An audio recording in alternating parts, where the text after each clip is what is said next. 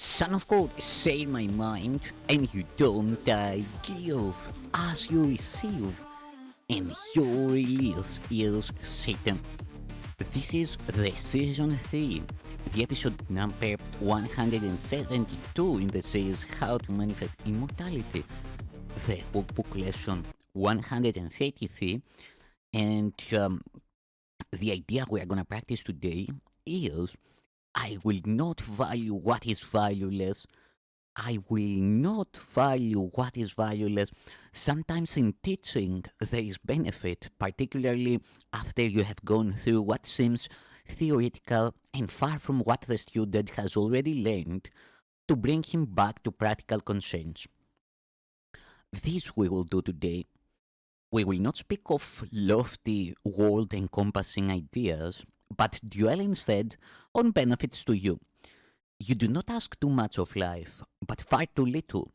When you let your mind be drawn to bodily concerns, to things you buy, to eminence as valued by the world, you ask for sorrow, not for happiness. This course does not attempt to take from you the little that you have. It does not try to substitute utopian ideas for satisfactions which the world contains. There are no satisfactions in the world. Today, we list the real criteria by which to test all things you think you want. Unless they meet these sound requirements, they are not worth desiring at all, for they can but replace what offers more. The laws that govern choice you cannot make no more than you can make alternatives from which to choose. The choosing you can do, indeed you must. But it is wise to learn the laws you set in motion when you choose and what alternatives you choose between. We have already stressed there are but two, however many they appear to be. The range is set, and to this we cannot change. It would be most ungenerous to you to let alternatives be limitless and thus delay your final choice until you had considered all of them in time and not been brought to so clearly to the place where there is but one choice that must be made. Another kindly and related law is that there is no compromise in what your choice must bring. It cannot give you just a little, for there is no in between. Each choice you make brings everything to you or nothing. Therefore, if you learn the tests by which you can distinguish everything from nothing, you will make the better choice. First, if you choose a thing that will not last forever, what you choose is valueless. A temporary value is without a value. Time can never take away a value that is real. What fades and dies was never there and makes nothing to him who chooses it. He is deceived by nothing in a form he thinks he likes. Next, if you choose to take a thing away from someone else, you will have nothing left. This is because when you deny his right to everything, you have denied your own. You therefore will not recognize the things you really have, denying they are there. Who seeks to take away has been deceived by the illusion loss can offer gain, yet loss must offer loss, and nothing more. Your next consideration is the one on which the others rest. Why is the choice you make of value to you? What attracts your mind to it?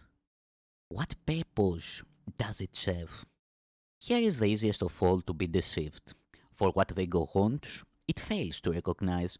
It does not even tell the truth as it perceives it, for it needs to keep the halo which it uses to protect its goals from tarnish and from rust, that you may say how innocent it is. Yet is its camouflage a thin veneer, which could deceive but those who are content to be deceived.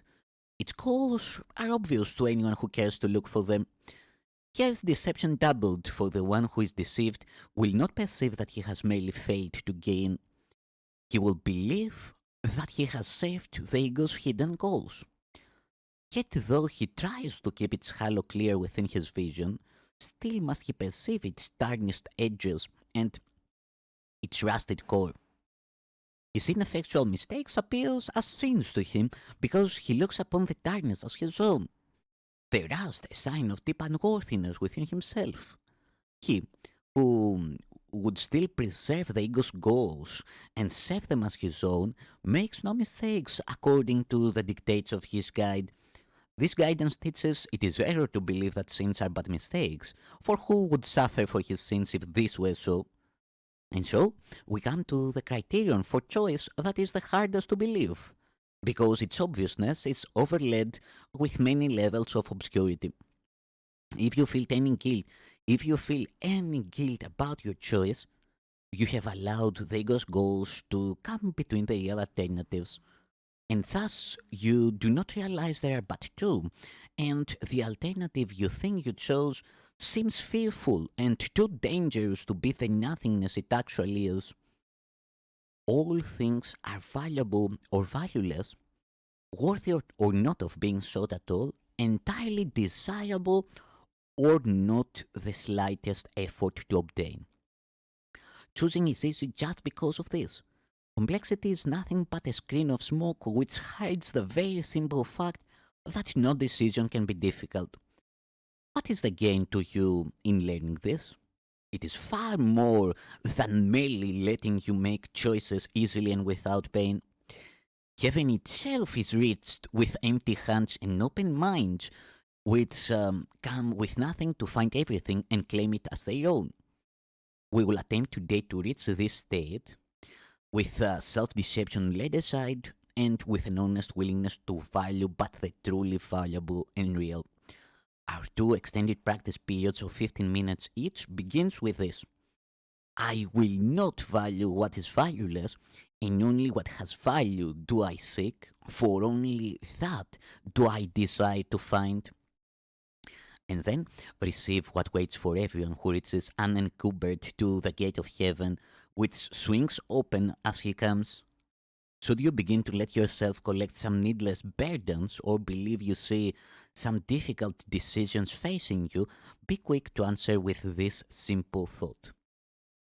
I will not value what is valueless, for what is valuable belongs to me. Thank you, son of God.